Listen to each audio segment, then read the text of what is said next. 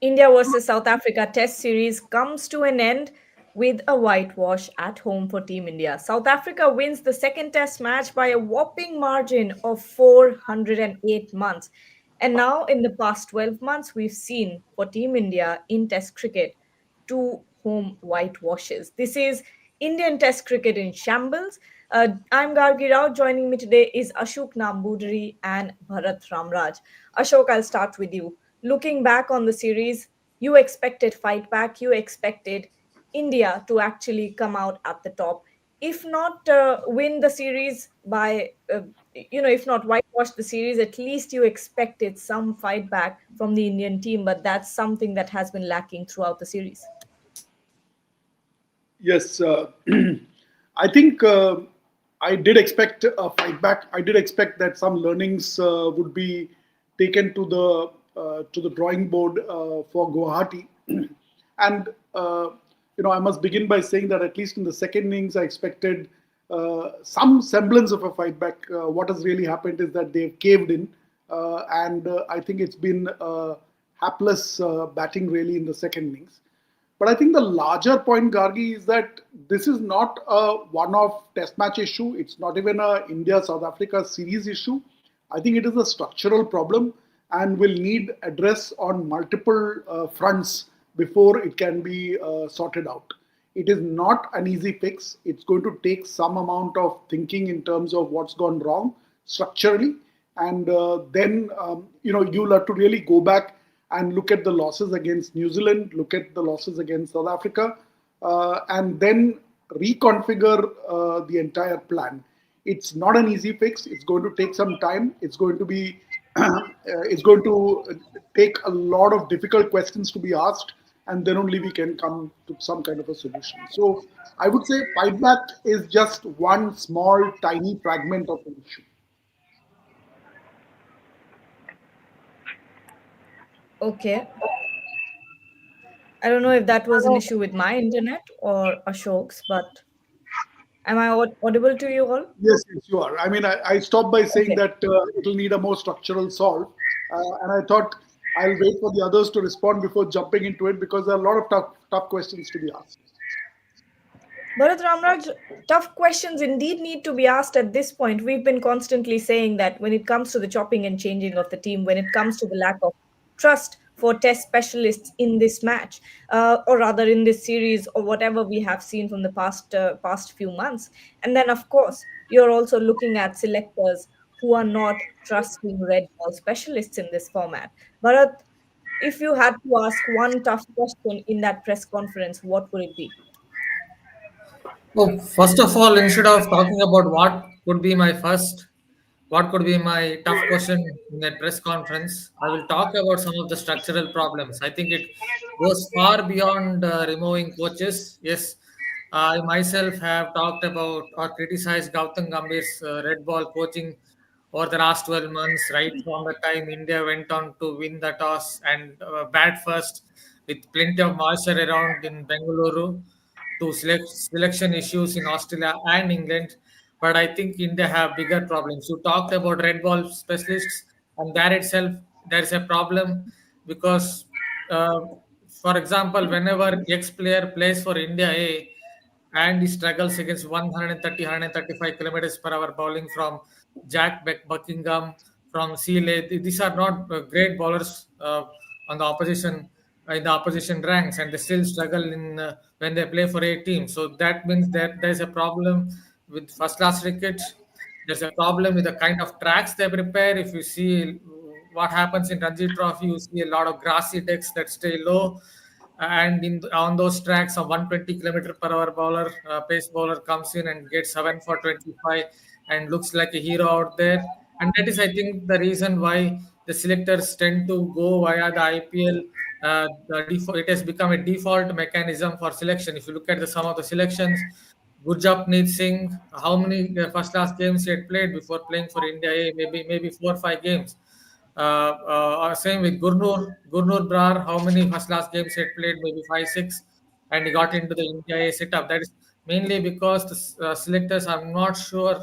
The selectors have full conviction in the standards of Ranji Trophy. That's why I think India have to look at their first class structure, whether there are too many teams, whether they are arranging enough tours to India A tours to Australia or England or South Africa. That could help this young batters, red ball batters, to what can I say, polish their skills. So there's a lot to talk about.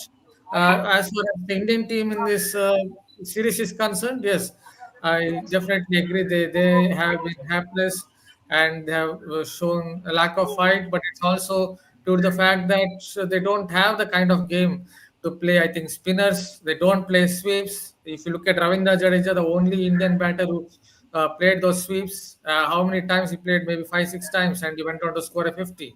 Who else tried that stroke in this DRS era? That's become very much a part of your game, but the Indian batters don't try that. Indian batters perhaps don't have the conviction in their defense when it comes to playing spin.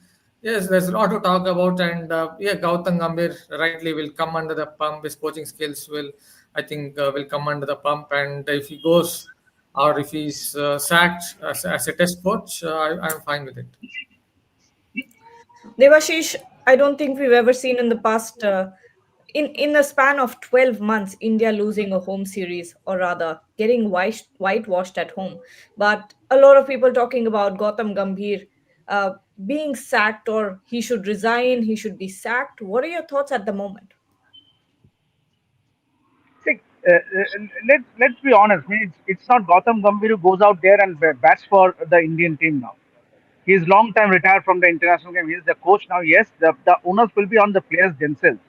If they don't have that eagerness to stay in the middle, grind themselves, put a price on their wicket, then Test cricket is nowhere as far as the Indian cricket team is concerned. It is about partnerships. It is about staying in the middle. It is about each and every runs that you score is important in Test cricket, and that is what is missing in this Indian team, Indian bunch of boys, especially some of the youngsters. Look at Nitish Reddy. Was there any need to play that reverse sweep? After his failure in the first innings, awkwardly getting out to a short ball, and that is where I think is some sort of harsh decision needs to be taken as to clearly this bunch of boys do not have the temperament. Do not have the temperament. If you cannot Indian conditions against again, in all respect, I'm saying Simon Harbour is a good bowler, but he is not someone like a Muralidharan. Let's face the fact. Means and we are giving and we gave away wickets to Simon Harbour. He is the top wicket taker in the series. That itself shows that there is a huge void.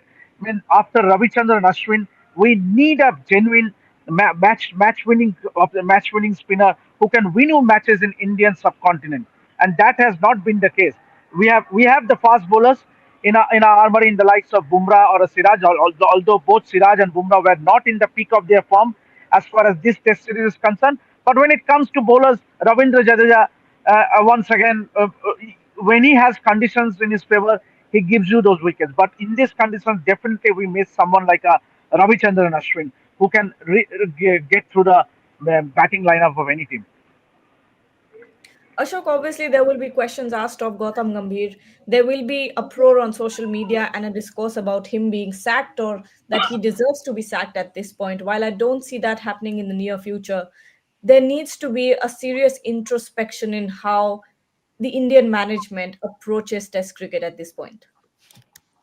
Absolutely. I think, look, whether social media will go up in uproar, there will be questions asked about Gautam Gambhir, whether, we need to continue with him as the coach for the red ball, etc. But that's really, what I said in the beginning, which is that instead of addressing what is clearly a structural issue, to go in for these band-aid kind of solutions is not going to solve the problem.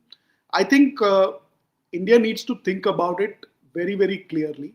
If you first look at the South Africa series, at Eden Gardens, we all blamed the pitch, saying that it was a rank turner. We said it was underprepared. We said that India, struggled to score 124 odd runs, and the margin of loss was about 30 runs. From a South Africa perspective, this actually puts the debate to rest. Their margin of victory is more than 400 runs, right? And so they have nailed it for good. I think India needs to look at one, the temperament to play red ball cricket, as I think Bharat just spoke about. Two, we spoke in the Eden Gardens about Shubman Gill, and he could have made the difference in terms of maybe 2 innings, 15 runs in each innings, and kind of bridge that gap, and therefore the problem would have been solved. The problem is clearly not solved. I mean, it is very evident that we now don't have a responsible number three batsman, and it's wide open in terms of what the choice should be. I think a lot of people debated about bringing in Washington Sundar, somebody who can bat and also turn his arm a little bit in favor of Sai Sudarshan in Eden. What's the debate now? And I think it raises very fundamental questions, saying that after some of the stalwarts have moved on, have we managed to find a stable batting order at the top, a clear number three batsman? And I think this needs introspection. Two, I think in terms of our strategy, we are looking at balance over depth. It does not work. In Test cricket, you need depth, whether it is bowling depth, whether it is batting depth. You need the ability to say, I'm here for the long haul. I'm going to play session by session. I'm going to bring in specialists. And that is what needs to be asked. And, in terms of getting rid of players and getting rid of the coach, etc., that comes towards the end. But first, serious introspection in some of these structural issues need to be taken up and answered. Bharat talked about, I completely agree with him, that in terms of playing spin, it's not, I think, a generic issue that Indian batsmen have forgotten to play spin. Simon Harmer is good, but he's not the best. And I think the issue is that people have forgotten that in order to play spin, you need to actually rely on your technique, rely on the sweep stroke. How many of the batsmen are playing that? And therefore, it goes back to the basics. Finally, I think it's about maybe an overdose of white ball cricket, which is leading to this. And therefore, what's the course correction required for that? So unless these 3 or 4 tough questions are asked, I think all other solves that we may do will be knee-jerk and will not lead to addressing the core issue. This is the this is a defeat that India has faced by the highest margin in Test cricket. So this is something that will take a long time to recover as well. But Bharat, let's talk about South Africa a little bit, because when they entered Lords, when they entered the WTC final, there was a lot of questioning as to how South Africa made it to the final, because they had played against teams like Pakistan, and there was a lot said at that point. But this is proving, South Africa is proving over and over again that their WTC win wasn't a fluke. The way that they've gone about their business throughout this series as well shows you just how adaptable and versatile South Africa is. Yeah, actually, I didn't say about South Africa before that Test Championship final. No, no, Anyway, not you. I'm yeah, saying yeah, in just South joking. I'm just Africa. joking. I'm just joking. Yeah, they had a very good pace attack going into that World Test Championship final. What they really have is they also have a good spin attack now. In my humble opinion, that's just my opinion. I think Simon Harmer is a complete test spinner. He's someone who can bowl like a typical Asian spinner, side spin, turn at pace, and he can bowl like Nathan Lyon as well. So that is what I think makes him, at least in Test cricket, a complete test spinner. And they have a very steady spinner in Keshav Maharaj. So these two really combine really well. And then their batters have punched above their weight. I think that is what has surprised me a little bit in Asian conditions, because over a period of time, South Africa has had problems in Asia, in the subcontinent, in the last 10 odd years before they went on to win a test match in Pakistan. They hardly won a test match in Asia. But here they are punched above their weights. If you look at the test averages, it's mostly it's below 40. So anyone hardly averages for 40 in test cricket for South Africa. But here they come. If you look at that long batting lineup, someone like Harmer plays at 10 and Keshav Maharaj plays at 11, and both can hold a bat. And Muthusamy has hundreds in first class cricket. He now has a maiden test 100. He scored 89 in Pakistan. And Marco Jansen can use the long handle really well. So their lower order is really good. So that is what they showed in the second innings at Eden Gardens, and then in this second test in Gauhati. So They have a very long batting lineup. They use that really well, and they have punched above their weight. It's a thoroughly professional performance. Even if you look at their catching, yes, on final day of the second test, they dropped a couple of catches. But if you notice, yes, the catching was mostly good, and the way they played the Indian spinners, they knew that Indian spinners would ball quick through the air. They don't really look at loop. They don't really look at beating the batsman in the air. That's I'm thinking about India's present day finger spinners, and they use sweep and reverse sweep, sweep and reverse sweep. Stops hit one innings, he hit 14 sweep shots. That tells everything you want to know about the kind of planning they did, and then more importantly, the kind of execution that they did in terms of their shots. Thoroughly professional performance, and kudos to them. I also want to add a quick point there, which is that absolutely right. Bharat is right that there's a lot of planning and execution met strategy. But I think the other thing that counts in Test cricket, and I think over the years we tend to forget, is just sheer application. When things don't go as per your plans, I mean, Eden Test comes up, it needs a Temba Bavuma to come and say, "I'm going to put my head down and smother the bowling and just stay there." And that 50 will go down in the annals of history as one of the most dogged innings ever. And it just is a reflection of their application. It's not really great strategy. It's about applying yourself. And I think that's the other thing that we haven't seen. Absolutely. Devashish, if we look at Temba Bavuma as the test captain for South Africa in the past 12 games, he has drawn one game and every other game has been a win. So if you look at Temba leading from the front, showing temperament with the bat over and over again, and has been brilliant with the way that he conducts himself on the field and rotates his bowlers. Technically, he has been technically and tactically has been having the upper hand in every game that he's played. Yeah, I would say Temba Bavuma has a lot of respect in this team. In this South African team, he has a lot of respect, and that is what he is able to bring out the best in all the players. Every player back each other. As you can see, the moment Marco Jansen took that brilliant catch towards the end, everyone means rushed to him, but actually Jansen, he just walked to Temba Bavuma. So that is the sheer respect. And now that he has won the World Test Championship final, it only goes to prove that he has now drawn a series in Pakistan, whitewashed a series in India. So I think he is one of the definitely he has done well along with Shukri Conrad. Yes, and this is perhaps the first colored pair in South African cricket. Both captain and coach that has taken South African to greater heights. And so, yes, as Bharat rightly mentioned, that this South African team, remember, they don't have a Gerald Coetzee or a Lungi Ngidi or a Kagiso Rabada or an Andre Barger playing in this series. But despite their absence, a sheer Marco Jensen just took on the Indian batting, and that is I would say a shame.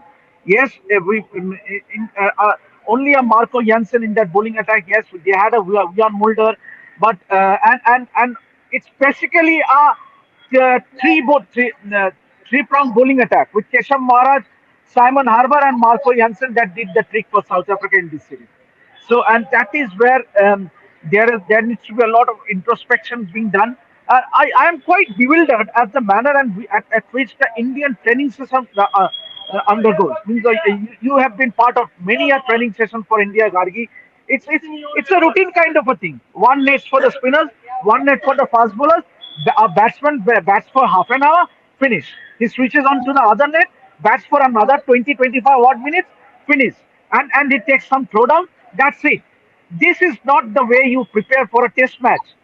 You just tell me that the test match at Eden Gardens finished in 3 days. they had no business. They had no business, the Indian team, to stay in Kolkata for 1 day. They had a training session, optional training session, where 6 or 7 players turned up. Someone like Yashasvi Jaiswal, he misses. He did not even bother to turn up at the Eden Gardens to prepare. And then the next day they had a traveling day. Literally, they had 2 practice sessions after being 1-0 down at Eden Gardens. So this is clearly lack of commitment.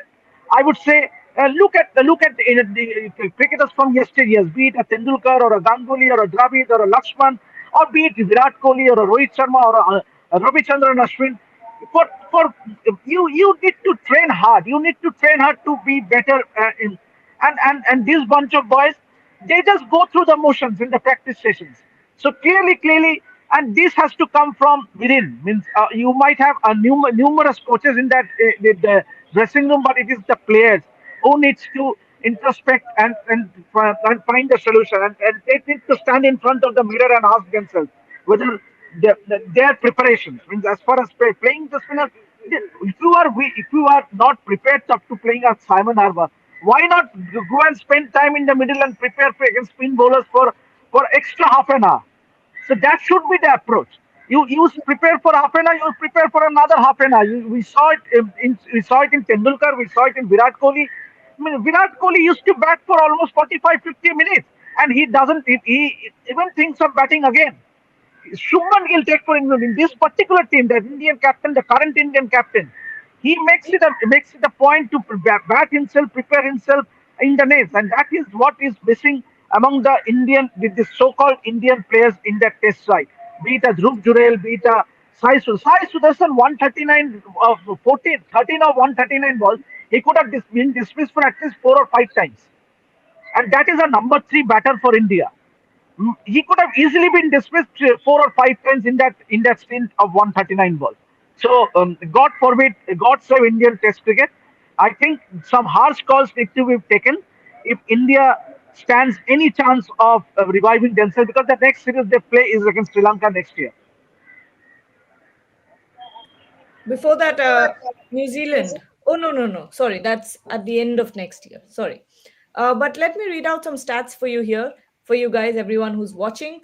This is only the third time India have lost a series at home in consecutive years. This is the first time in 25 years India have lost 5 tests in a 2 season stretch. This is also the first time in 66 years India have lost 5 matches within a span of 7 months, and India have suffered their largest test defeat by 408 runs today. Ashok, last 10 minutes on the show. Let's take some comments that we have here. Ojaswi Thapa is saying, what about bringing Harshit and Reddy to test? No tactical issues, question mark.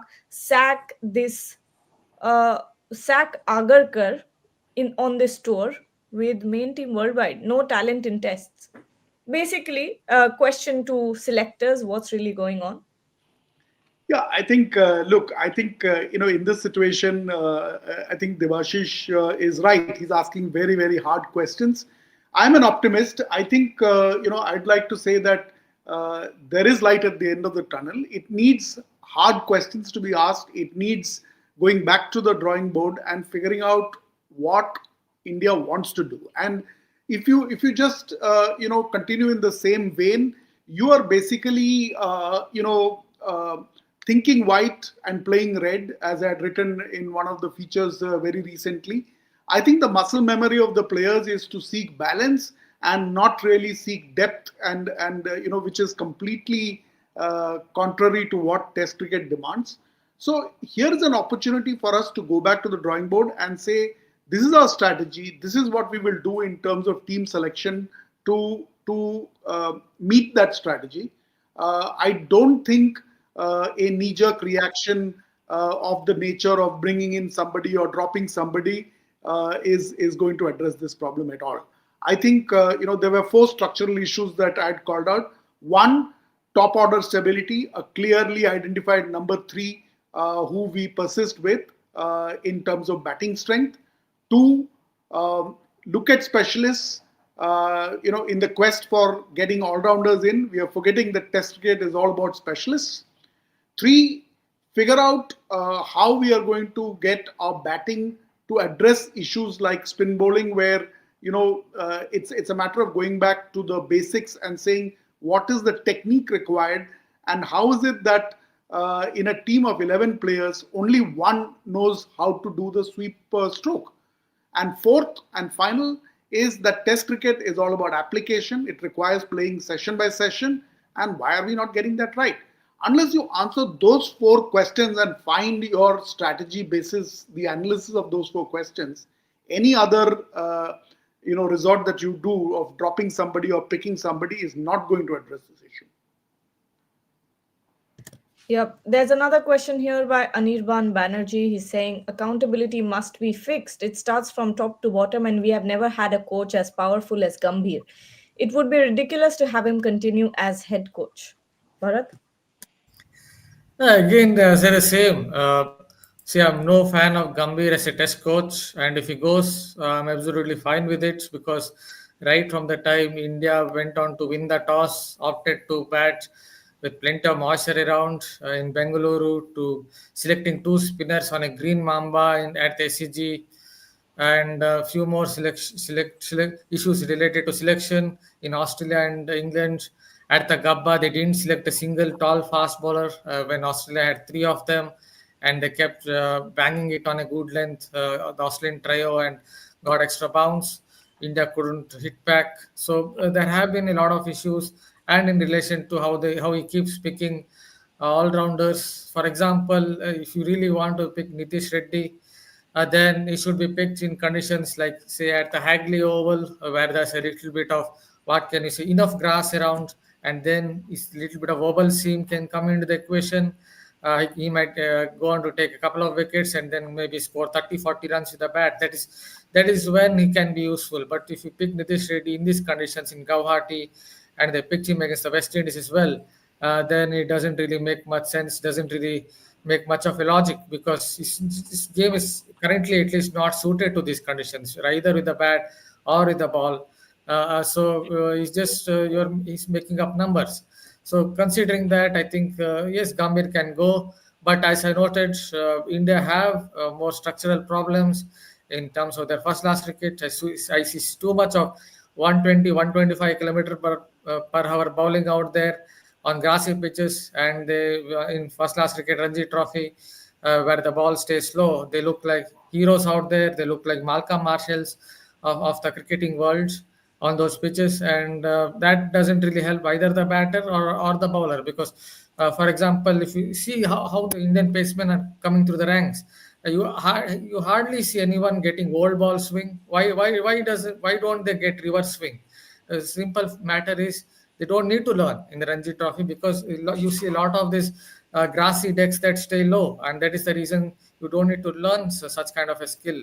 That was not the case when Mohammad Shami and Umesh Yadav were around, because they played on different kinds of pitches when they played first class cricket, and that is why they were forced to learn reverse swing. So I think India also have a structural problem when it comes to red ball cricket.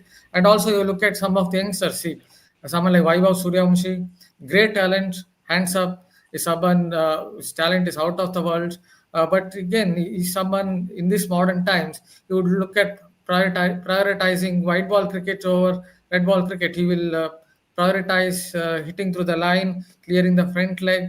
So why would he think about the edicts of test match batsmanship? So I think that is another problem that India have, because I don't think they would have the same kind of depth going forward in red ball cricket, because a lot of the youngsters like Abhishek Sharma, Vaibhav Suryavamshi, if you look at the techniques, it's very much meant for six hitting skills. And I'm fine with it if they think that way, because that is where the money is, that is where they will get the fame. Devashish, final question to you. Before that, someone was asking who's coming for the press conference. Most likely, it will be Gautam Gambhir who comes out. If not, it will be the captain, but either of them will come out. But there was one question that I wanted to take. Where did it go? One second. Anirban Banerjee here saying, "Stop blaming the players. Please tell who made a mockery of number three, whose philosophy is to play bits and pieces players or all rounders. Head coach's focus has been to get rid of senior players." Final question to you, Debashish. You're on mute. You're on mute. You're Still on still mute. on mute, Debashish. Pardon? Yeah. Yes, go ahead. Pardon, Gargi? Shall I? I would say before blaming Gautam Gambhir, it is the selectors who pick the side. So the selectors clearly erred in picking bits and pieces cricketers like Nitish Kumar Reddy. And if as Ashok Dar rightly said that if you If you feel that this is your number three batter, you need to invest in him. Yeah, there will be failures, but definitely Sai Sudarshan is not your number three. Given the way he batted in this series, clearly the two innings left a lot to be desired. So definitely, and obviously, it is the selectors who have picked this players for this test set, and there are so many players deserving candidates, and that therein lies the question is why aren't the selectors going and watching the Ranji Trophy games? What is stopping them? What is stopping Ajit Agarkar and co from going to watch the Ranji Trophy matches and mm, uh, handpick the players who they feel they have the temperament, they have the guts, they have the quality to be in the test team. It is this has not been the case, unfortunately, Gargi, and that is what is happening with this Indian team. In someone like a KL Rahul, with all due respect to KL Rahul, he has scored 100 in Sena countries and everywhere. But look at his average, 38 as a number three as an opener. As an opener, he averages 38 in 65 test matches. Now, would you call that great average? Would you call that exceptional average? I am sorry. 38, someone who averages 38 in test matches, gone were the times when a top four batter or top five batter in the Indian team used to average 45, 40 to 45. That is the benchmark. A test batter, if you are in the top four, five, you need to average at least 40 to 45. So unfortunately, I'm not disrespecting Rahul in any way, but definitely, clearly, it shows that we need players who can grind it, who has the patience. Where have we find another Ajinkya Rahane or a Cheteshwar Pujara? Sai Sudarshan, clearly he has been found wanting in these two innings, and definitely the selectors need to think forward, look ahead of Sai Sudarshan. Very valid points there from Debashish. But we'll close the show now because we'll be back at 5 p.m. Don't forget to join us then. Borea Majumdar will also join us and we will dissect this further. Of course, by then we will also have a clue as to what the Indian management will say about this Test Series loss in the press conference as well. The press conference will start soon. So we'll be back at 5. Don't forget to tune in then.